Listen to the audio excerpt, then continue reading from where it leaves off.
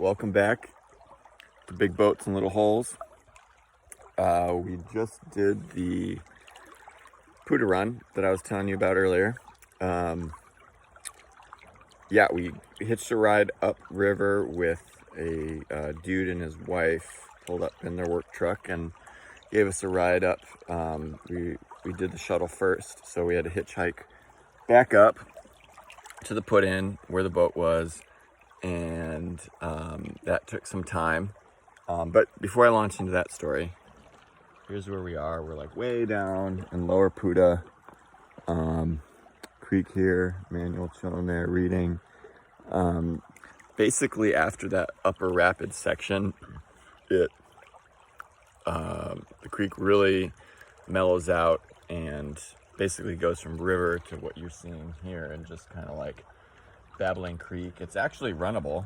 We've actually run it in our canoe before. It's pretty fun. Most of it is runnable. There's a few spots where it's too shallow, but definitely a good little creeking run. So we got through the rapids actually from start to finish. No tipping. We didn't tip. But boy, was there some hairy shit.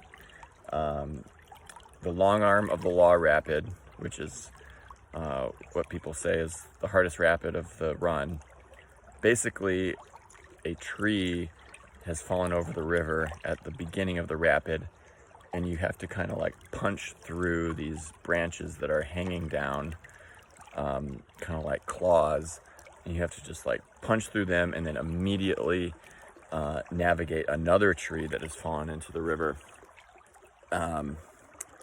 At the same time, there's like waves right up ahead, and so we did that, got spider webs all over us. Yeah, like really, like basically we had to use the coffin maneuver, which I'm sure as fellow canoeists you just kind of put your body down into the canoe, and that kind of shields you from the spider webs and the cobwebs and all the shit that's living in those trees, although you still do get a lot of crap in your canoe. So anyways, we did that and got through the rapids pretty well. There were some sections where we executed some great maneuvers, worked on our back ferries, front ferries. We did a really good S-turn, actually a couple S-turns.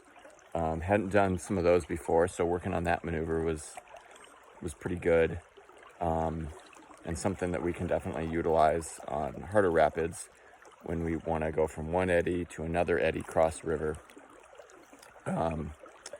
And yeah, and then the other rapid that we did that we hadn't done before was the final right-hand turn way down at the bottom.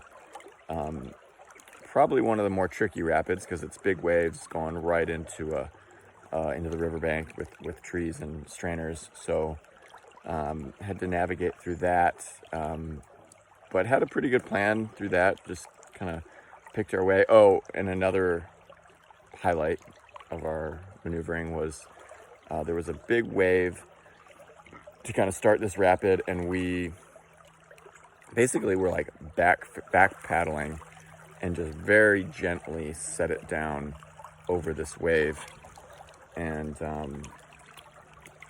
to the point where the bow didn't even go into the water at all. And so we were just like very calmly setting it down. That was something that we hadn't done before. So that's something to note, maneuver wise.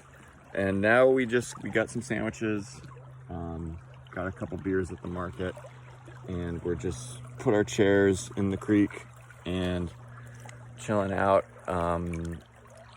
It's fucking hot. It's 116 degrees, if you can imagine. And this water, so this is way further down from where we were canoeing, and so the water's really heated up a lot, and so it's borderline like, not even cold enough, this water, but keeping us cool a little bit. And I've got the cooler over there and just kind of chilling out. So guys, if you want to do Putah, get ready for some brushy situations. Over and out.